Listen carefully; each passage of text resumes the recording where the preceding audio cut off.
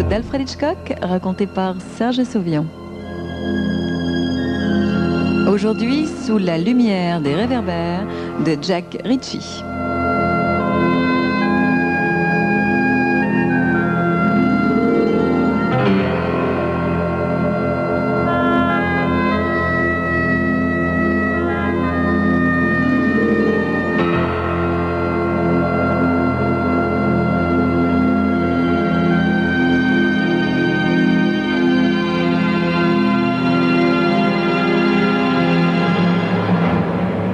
Sont au moins 50 sous la lumière blafarde des réverbères, nonchalamment appuyés contre leur voiture rafistolée. Ils bavardent, le regard tourné de notre côté. Comme c'est tout ce qu'ils font pour l'instant, je m'éloigne de la fenêtre. Jed, mon adjoint, nettoie sa carabine, histoire de passer le temps. Voilà bien 10 ans qu'il n'y avait pas eu de lynchage par ici, hein, shérif? Me dit-il. Oui. Je m'assois à mon bureau et j'allume une cigarette. Quelques cris fusent dehors qui ne signifient pas grand-chose. Ils ne sont pas dirigés contre nous. Jed s'immobilise un instant, puis vérifie le mécanisme de son arme. Vous êtes inquiet, shérif? Non, Jed. Ah bon. Pourtant, il y a beaucoup de monde dehors. Un simple combat de chien leur suffirait, Jed. Ils n'ont pas besoin d'un lynchage pour se distraire. Encore quelques verres de gnôle et peut-être qu'ils oseront venir jusque devant la porte, mais ce sera tout. Ils n'iront pas plus loin. Shérif, s'ils essayent de s'emparer de Randall, qu'est-ce que vous ferez? Vous les laisserez faire? J'ai une étoile de shérif, Jed. Je ferai mon travail, je suis payé pour ça. T'inquiète pas pour moi. Le téléphone sonne. Je décroche.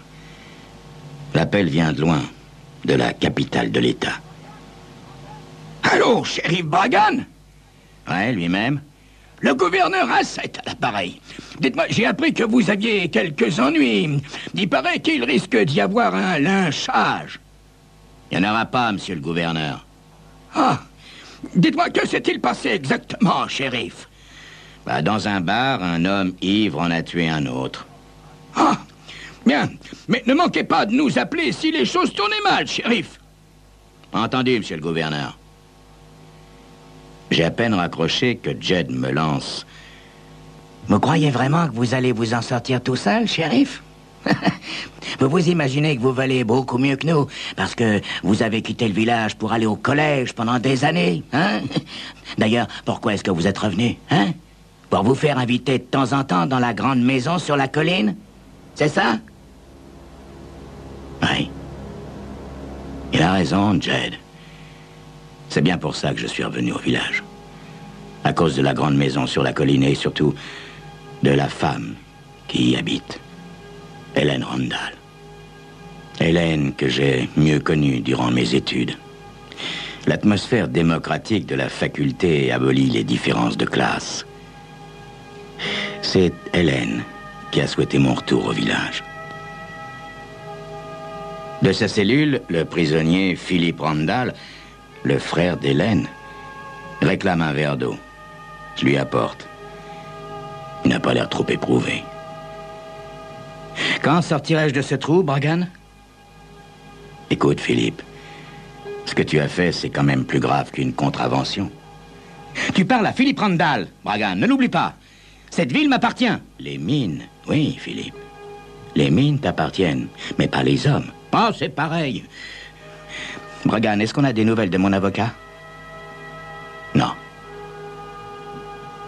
Philippe Randall se prend la tête dans les mains. Oh, je me souviens de rien. Il y avait 14 personnes dans le bar, Philippe. 14 personnes, autant de témoins. Randall hausse les épaules. Oh, je sais à quoi il pense. Le cas échéant, son argent pourra transformer leurs souvenirs. Il n'a pas à s'inquiéter. Bragan, qui suis-je supposé avoir tué? Un de tes mineurs, Bill Walker. Philippe se lève et va vers la fenêtre.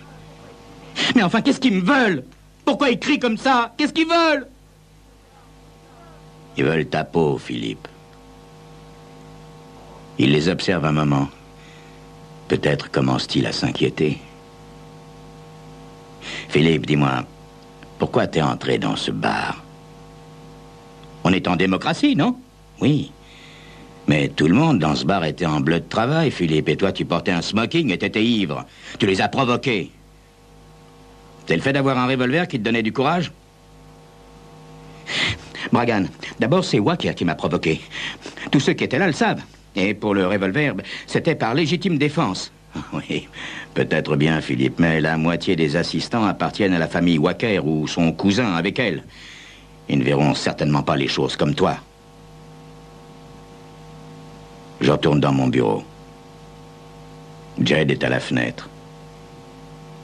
Ils ont quelques verres de plus dans le nez, shérif. Vous avez vu? Je regarde à mon tour.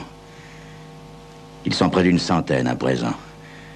Or, je suis convaincu qu'après avoir bu encore un peu, ils iront se coucher. Soudain, un klaxon retentit, des phares puissants illuminent la rue. La foule, éblouie, s'écarte en maugréant devant la voiture qui s'arrête devant la prison. Hélène Randall en sort et monte les quelques marches. Je déverrouille la porte. Hélène me regarde intensément de ses yeux très clairs. « Harry, où est mon frère ?» Je la conduis jusqu'à la cellule. « Tiens, tiens, ma chère petite sœur !» ironise Philippe. « Philippe, je suis venu dès que j'ai su que tu avais des ennuis. J'étais chez les Jackson, à 100 km. Tu sais? Ah ben, l'essentiel est que tu sois là, chère petite sœur. En famille, on doit se tenir les coudes, pas vrai? Philippe, que s'est-il passé au juste? Bah, il paraît que j'ai tué quelqu'un, un certain Wilker. Bill Walker, Philippe. Il laisse une femme et 6 gosses. Hélène me regarde. Harry, j'aimerais parler seul à seul avec Philippe, s'il vous plaît. Je retourne dans mon bureau. 10 minutes plus tard, Hélène me rejoint. Harry, ne pourriez-vous éloigner cette populace? Ça rend Philippe nerveux. Il est en parfaite sécurité ici, Hélène. N'ayez pas peur. Mais, Harry, ne serait-il pas plus prudent de l'emmener à Marysville? Non, Hélène. Je crois qu'il est beaucoup plus sage de le garder ici. De ne pas lui faire quitter le comté.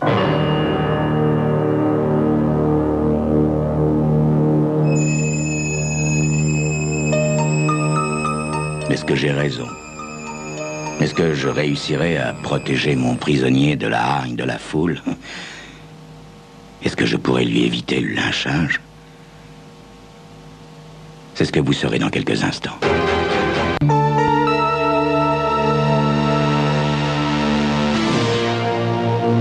Hélène me regarde de plus en plus intensément.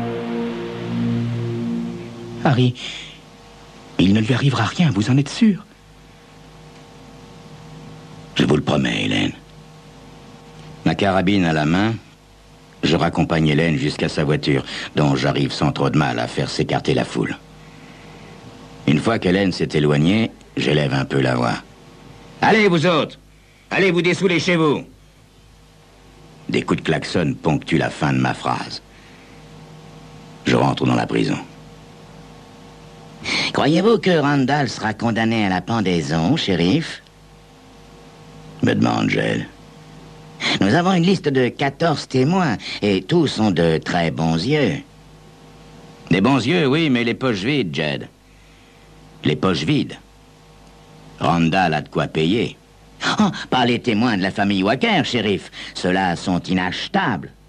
Pas si sûr, Jed. Quand il est question d'argent, rien n'est plus fragile que les liens du sang.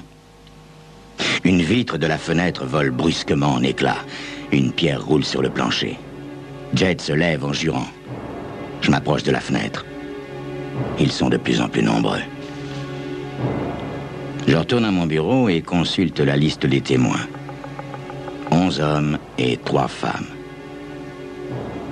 Dis-moi, Jed, je vois sur la liste qu'il y avait Donna Mae. Et alors? Dit Jed. Alors, Avec qui elle était? Hein? Jed ne répond pas. Donna Mae a 19 ans. Je sais Jed amoureux d'elle. Mais je crois qu'ils ne sortent plus ensemble depuis quelque temps. Dis-moi, Jed, elle est venue avec Randall ou elle l'attendait? Je lui ai pas demandé, shérif! Me crie Jed, en me regardant méchamment. Soudain, Philippe Randall m'appelle. Bragan, ils s'énervent dehors. Tu les entends pas? Écoute, Bragan, emmène-moi à Marysville. Tu le regretteras pas. 1000 $. Jed nous écoute, silencieux. Je sais qu'il rêve aux 1000 $. Qu'est-ce que vous faites, shérif? Me demande-t-il en me voyant ouvrir l'armoire. Je prends une grenade lacrymogène. Je vais faire un peu de place dehors. Il commence à y avoir trop de monde. Vous allez pas faire ça, shérif? Pourquoi? Mais ça va les rendre furieux. L'urgence, c'est de dégager la place, Jed. J'ouvre violemment la porte, dégoupille la grenade et la lance au milieu de la foule. Puis je rentre vivement à l'intérieur et verrouille la porte. Dehors, ils mettent quelques secondes à comprendre ce que j'ai fait. Puis ce sont des jurons, des cris, des hurlements effrayés et rageurs à la fois. « Ils vont revenir, shérif !» dit Jed. « Mais cette fois, ils viendront sans les femmes. » « Il me reste des grenades, Jed. »« Shérif, écoutez-moi. Supposez qu'on emmène Randall à Marysville. Comment est-ce qu'on partagerait les 1000 $, hein? » Il n'y aura pas de partage parce qu'on ne prendra pas cet argent, Jed. On est déjà payé par l'État pour faire notre travail. Ah, vous faites pas passer pour meilleur que vous êtes, shérif. Vous êtes pas si honnête que ça, hein? Jed, tu es renvoyé. Il me regarde, ahuri. Je répète ma phrase et son visage s'empourpre. Nom de Dieu, shérif, vous allez pas me renvoyer à un moment pareil? Vous voulez emmener Randall vous-même à Marysville, ni empocher tout l'argent tout seul, hein? Hein? Rends-moi ton insigne, Jed. Il s'avance vers moi, les poings serrés. Je sors mon 38 de l'étui.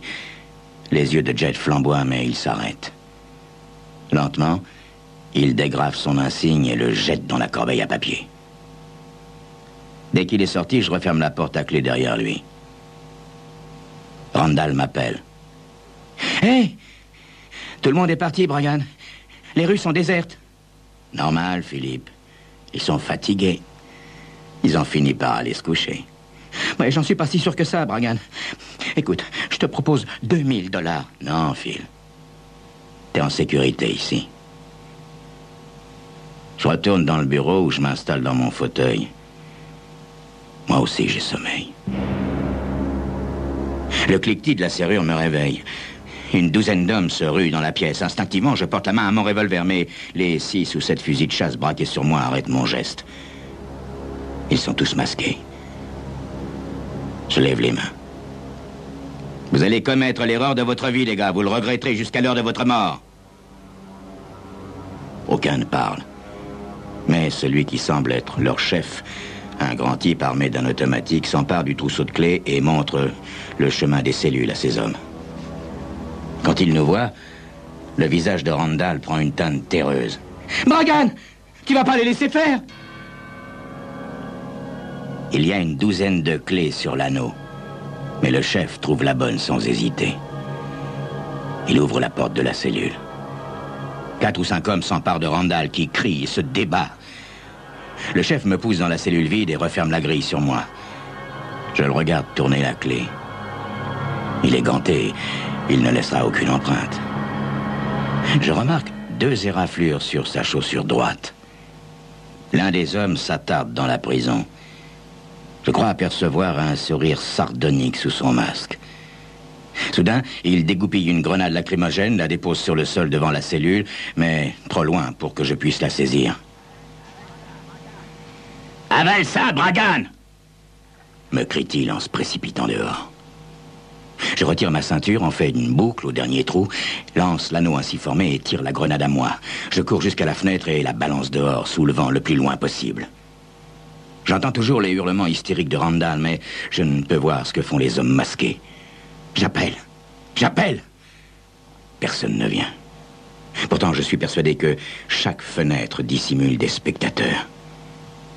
C'est alors que Randall cesse de crier.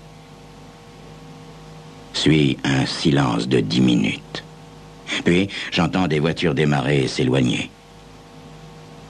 Le village redevient silencieux.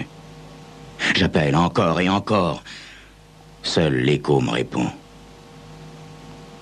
J'ai le temps de fumer une demi-douzaine de cigarettes avant d'entendre un bruit de pas dans le bureau.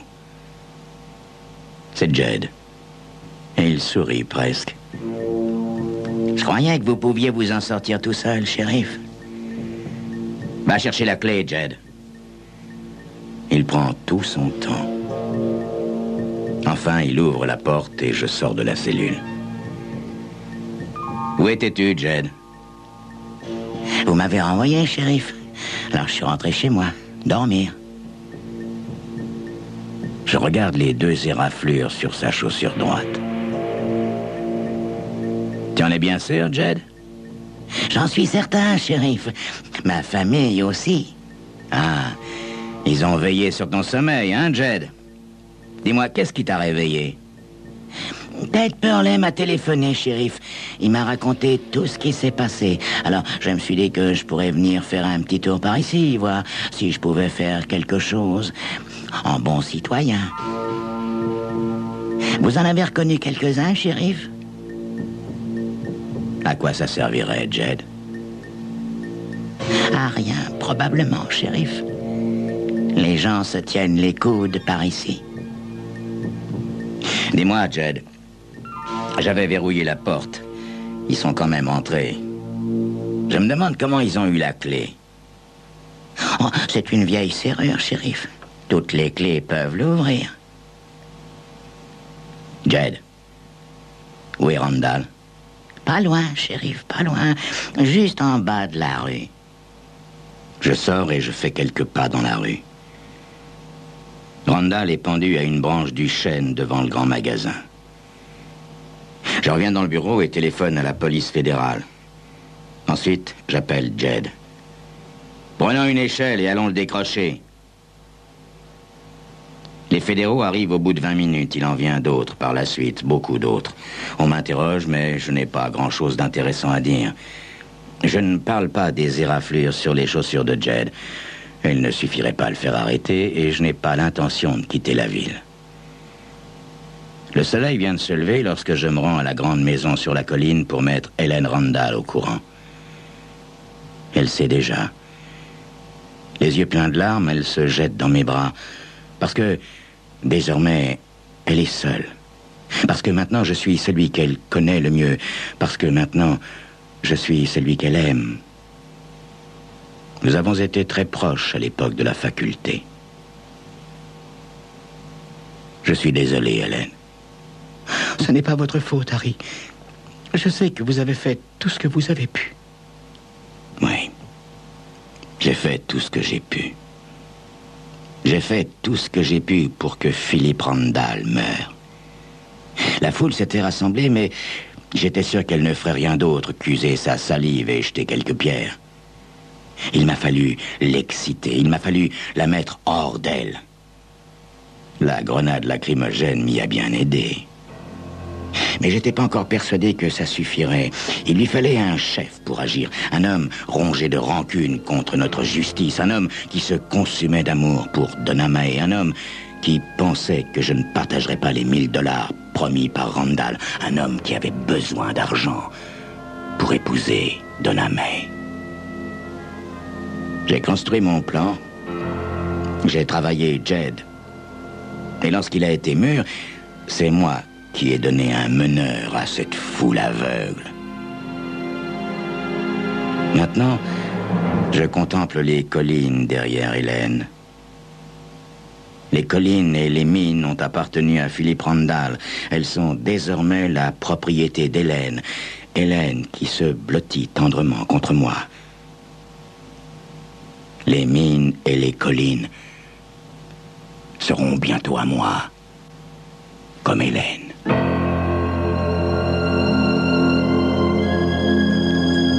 C'était Crime Story, les rendez-vous d'Alfred Hitchcock racontés par Serge Sauvion. Aujourd'hui, sous la lumière des réverbères de Jack Ritchie.